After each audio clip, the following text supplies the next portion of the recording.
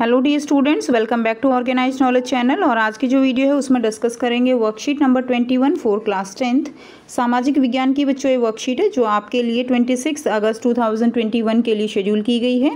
आज की वर्कशीट का जो टॉपिक रहेगा वो है राष्ट्रीय विकास। यही चैप्टर हमारा कंटिन्यू है, सो इसको हम जारी रखेंगे। सो वर्कशीट शुरू करने से पहले बेटा प्लीज़ चैनल को सब्सक्राइब कर लीजिए, बेल आइकन को प्रेस कर लो ताकि आपको आने वाली वीडियोज़ की नोटिफिकेशन वो समय से मिल जाएँ। सो देखिए, यदि व्यक्ति विकास के अलग अलग लक्ष्यों की तलाश करते हैं तो उनकी राष्ट्रीय विकास की धारणा में भिन्न होने की संभावना है। तो यानी हमारे जो है लिए विकास का मतलब सबके लिए अलग अलग हो सकता है। हर एक राष्ट्र के लिए विकास का जो अर्थ है वो अलग अलग हो सकता है। जैसे हमने समझा था कि किसी के लिए विकास का अर्थ जो है अच्छी आप कह सकते हो चिकित्सा सुविधाएं हैं, तो किसी के लिए विकास का अर्थ ट्रांसपोर्ट सिस्टम अच्छा हो जाए वो है। अगर आप स्टूडेंट हो तो आपके लिए विकास का अर्थ होगा आपको अच्छे मार्क्स मिले और अच्छी जॉब मिल जाए। तो इस तरह से हर एक देश के लिए भी विकास का अर्थ जो है वो अलग अलग हो सकता है। यह ध्यान रखना बहुत महत्वपूर्ण है कि अलग अलग व्यक्तियों के पास देश के विकास की अलग अलग और परस्पर विरोधी धारणाएं हो सकती हैं। फिर हम ऐसे संघर्षों को कैसे सुलझाते हैं? तो जब इस तरह से परस्पर विरोधी धारणाएं होती हैं कि एक देश का विकास है तो दूसरे का विनाश है, तो ऐसे हम चीज़ों को कैसे सुलझाते हैं? राष्ट्रीय विकास का अर्थ है ऐसे प्रश्नों के बारे में सोचना जैसे सभी के लिए उचित और न्यायपूर्ण मार्ग क्या होगा, चीज़ों को करने का इससे बेहतर तरीका क्या होगा। इस विचार से बड़ी संख्या में लोगों को या केवल एक छोटे समूह को लाभ हो। ठीक है, तो इस तरह के संघर्षपूर्ण बातें हैं, ये सोचना एक देश का कार्य है जिससे कि आप कह सकते हो कि सभी को विकास के जरिए सभी को समान रूप से रिसोर्सेज का वितरण हो सके और सभी का विकास जो है वो हो सके। नेक्स्ट है विभिन्न देशों और राज्यों के विकास की तुलना। देशों की तुलना और उनके आय को सबसे महत्वपूर्ण विशेषताओं में से एक माना जाता है। तो आप सब बच्चों को पता है कि हम जो है बात करते हैं कि कुछ देश जो है वो विकासशील देश हैं, कुछ देश अविकासशील हैं, तो कुछ जो है देश वो विकसित देश हैं। तो इस तरह से उनकी आय के आधार पर उनको 3 कैटेगरीज में बांटा जाता है। उच्च आय वाले देश जो है वो कम आय वाले देशों की तुलना में अधिक विकसित होते हैं।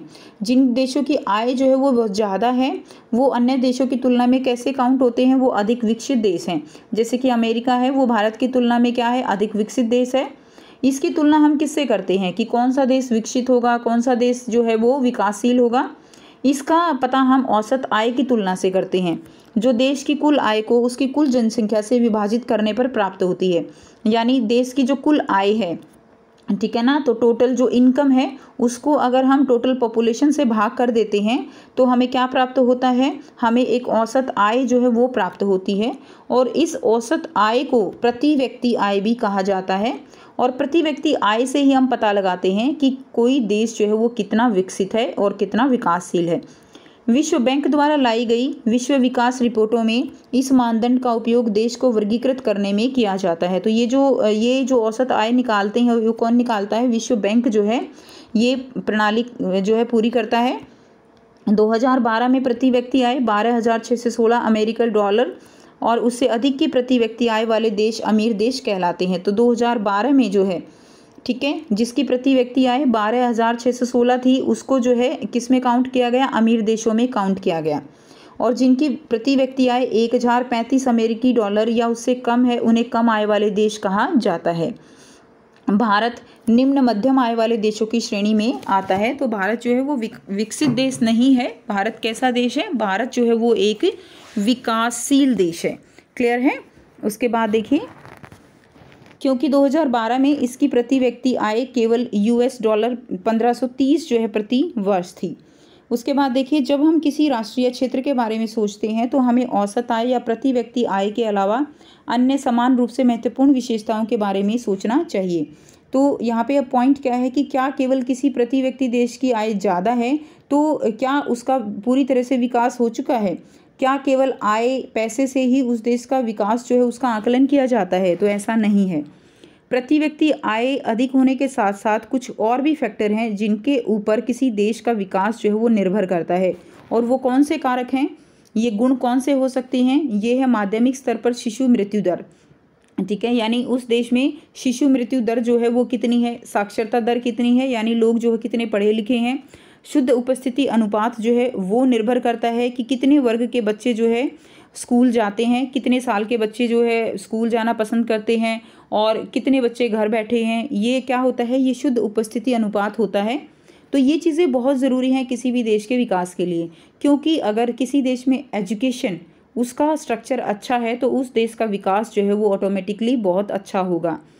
उसके बाद देखिए, महाराष्ट्र में एक औसत व्यक्ति की आय केरल के औसत व्यक्ति की तुलना में अधिक है, लेकिन इन महत्वपूर्ण क्षेत्रों में पिछड़ जाता है। यानी अगर हम महाराष्ट्र की बात करें तो महाराष्ट्र की अगर हम औसत व्यक्ति की आय की बात करें तो वो बहुत ज़्यादा है अगर हम केरल की औसत व्यक्ति आय की से तुलना करें। लेकिन अगर हम उसके शिशु मृत्यु दर, साक्षरता दर, शुद्ध उपस्थिति अनुपात की बात करें तो इन क्षेत्रों में वो पिछड़ जाता है। और इसका कारण क्या है कि किसी के पास जो है पैसा है वह उन सभी वस्तुओं और सेवाओं को नहीं खरीद सकता जिनकी उसे अच्छी तरह से जीने के लिए आवश्यकता होती है। जैसे कि अगर हम बात करें, हमें जीने के लिए शुद्ध हवा चाहिए, तो क्या हम उसको पैसे से खरीद सकते हैं? हमें पीने के लिए शुद्ध पानी चाहिए, क्या हम उसको पैसे से खरीद सकते हैं? अगर वहाँ पर जो और भी बेसिक सुविधाएं हैं, चिकित्सा सुविधाएं हैं, ठीक है, तो कुछ चीज़ें ऐसी हैं जिनको हम पैसे से जो है कितना ही पैसा हो उनको हम नहीं खरीद सकते। क्लियर? अगर शिशु मृत्यु दर जो है देश में, अगर किसी राज्य में चिकित्सा सुविधाएं अच्छी नहीं हैं और वहाँ पर हमारे बच्चे, हमारा जो परिवार है वो सुरक्षित नहीं है, तो प्रति व्यक्ति आय हमारे लिए गौण हो जाती है। हमारे लिए वो एक, आप कह सकते हो कि हम उसको टॉप लेवल पे अपने उसमें नहीं रख सकते। इसलिए आय अपने आप में भौतिक वस्तुओं और सेवाओं का पूरी तरह से पर्याप्त जो है वो संकेतक नहीं है जो नागरिक उपयोग करने में सक्षम हैं। उदाहरण के लिए आमतौर पर पैसा जो है वो प्रदूषण मुक्त वातावरण, मिलावट रहित दवाएं, संक्रामक रोगों से सुरक्षा नहीं खरीद सकता। क्लियर है? तो क्या नहीं खरीद सकता? प्रदूषण मुक्त वातावरण है, मिलावट रहित दवाएं हैं और संक्रामक रोगों से सुरक्षा। ये चीज़ें हम पैसे से नहीं खरीद सकते। चीज़ें भी आपस में जुड़ी हुई हैं। केरल में शिशु मृत्यु दर कम है क्योंकि इसकी बुनियादी स्वास्थ्य शैक्षिक सुविधाओं का पर्याप्त प्रावधान है। अब देखिए, केरल में बेशक प्रति व्यक्ति आय कम है लेकिन शिशु मृत्यु दर कम है, वहाँ पर एजुकेशन सिस्टम वो बहुत अच्छा है। तो एक तरह से हम अगर यहाँ पर देखें कि प्रति व्यक्ति आय ज़्यादा ना होते हुए भी केरल जो है वो एक, आप कह सकते हो कि वहाँ पर जो सुविधाएं हैं, वहाँ पर जो विकास है वो ज़्यादा है। इसी तरह ऐसे राज्यों के लोगों का स्वास्थ्य और पोषण स्तर जो है वो बेहतर होगा जहाँ सार्वजनिक वितरण प्रणाली अच्छी तरह से काम करती है। सार्वजनिक वितरण प्रणाली यानी पीडीएस, ठीक है, वो जो है अच्छी तरह से काम करती है, तो ऐसे लोगों का पोषण स्तर बेहतर होगा।